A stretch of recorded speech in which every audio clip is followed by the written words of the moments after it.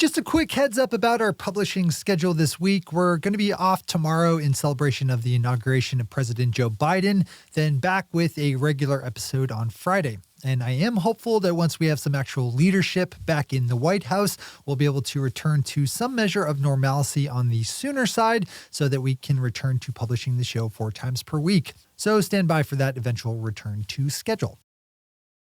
This episode of Marijuana Today Daily is brought to you by our friends over at the Atlantic Farms Medical Marijuana Dispensary of Portland, Maine, which is located right down the street from where I live and is known as being the medical cannabis dispensary that is also a gas station, where you can fill up your car alongside getting medical marijuana products. Check them out over at theatlanticfarms.com. That's theatlanticfarms.com.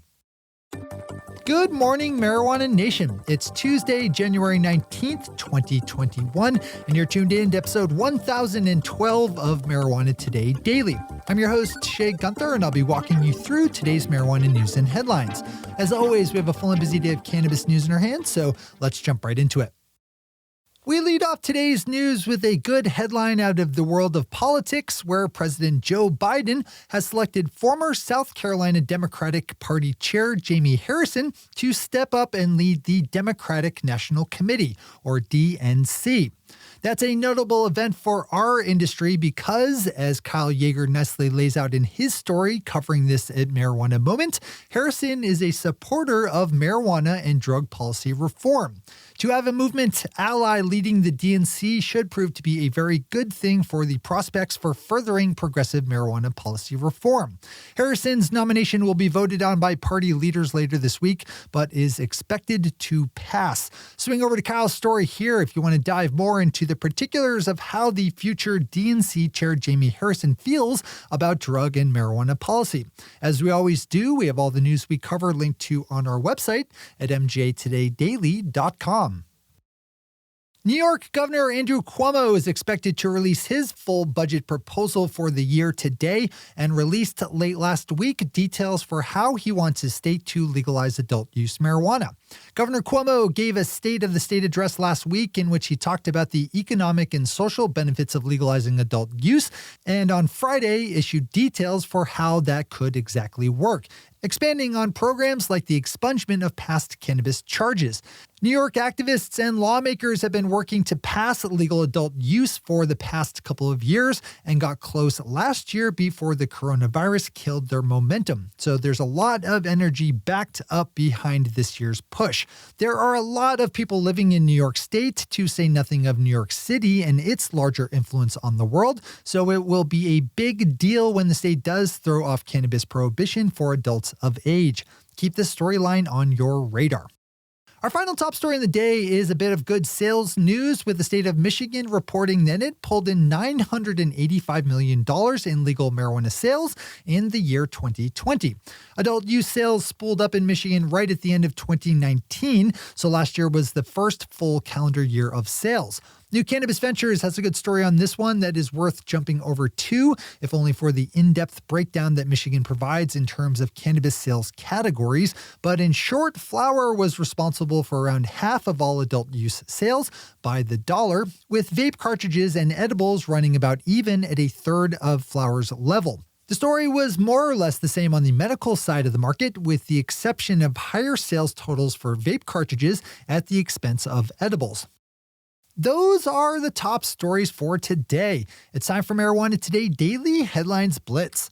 Before we blitz it in headlines, let's quickly thank our sponsor, the Atlantic Farms Medical Marijuana Dispensary of Portland, Maine, which is located right down the street from where I live and is known as being the medical cannabis dispensary that is also a gas station, where you can fill your car up alongside getting medical marijuana products. If you're in or around the Portland, Maine area, make sure to swing by the Atlantic Farms and tell them that I said hello.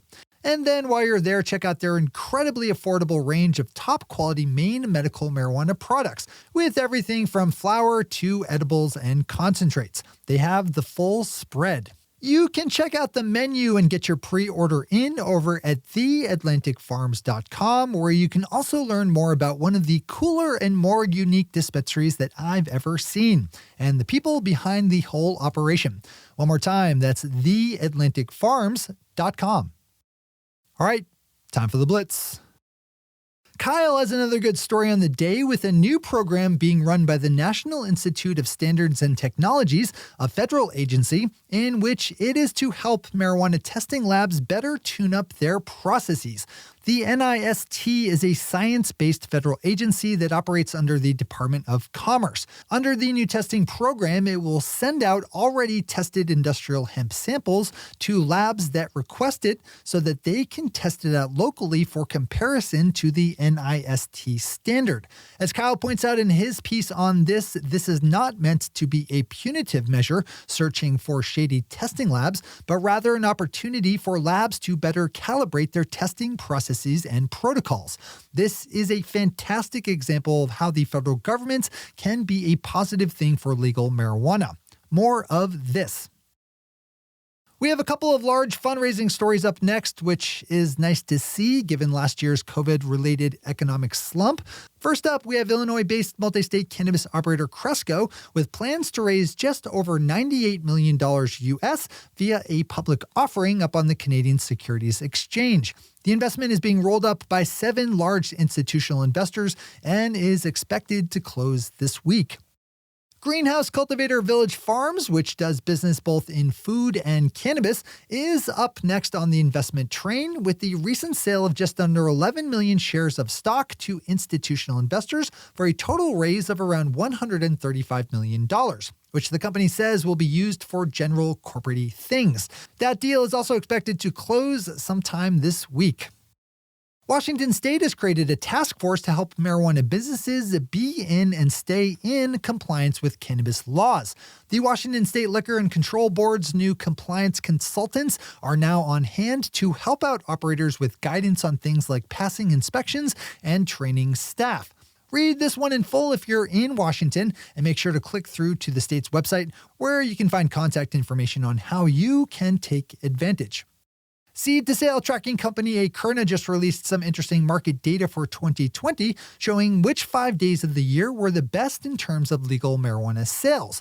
This is important stuff to have a solid handle on if your world touches retail, so another good one to open up yourself. Interestingly on this one, April 20th did not make it into the top 5 cannabis sales days of the year.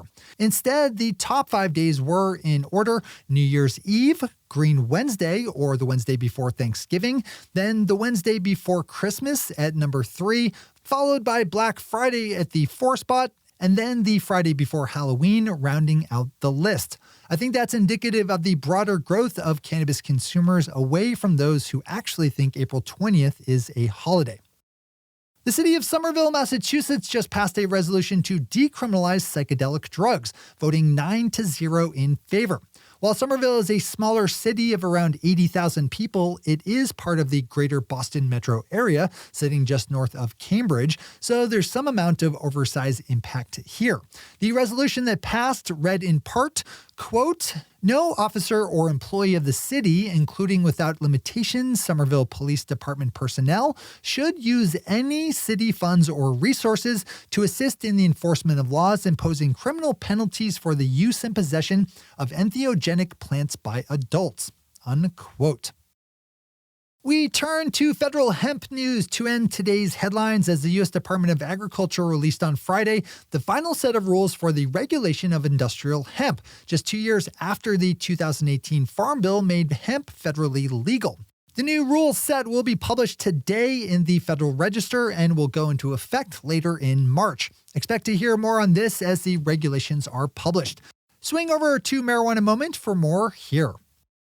Those are the headlines and news for the day. I'll be back with you again on Friday with another information-packed episode of Marijuana Today Daily. But in the meantime, if you have any stories to share or feedback to give, zip us an email to headlines@mjtodaydaily.com. And while you're clicking around the interwebs, swing over to our website at mjtodaydaily.com to find links to all the news we cover. Thanks to our friends over at The Atlantic Farms and to all of our awesome patron listeners for the support that makes this show possible. To join the illustrious ranks of the patron listeners yourself, swing over to our website at mjtodaydaily.com and click on that big blue button at the top of the page that says Become a Patron. I'm your host, Shay Gunther. Thanks for tuning in and starting your day with marijuana today.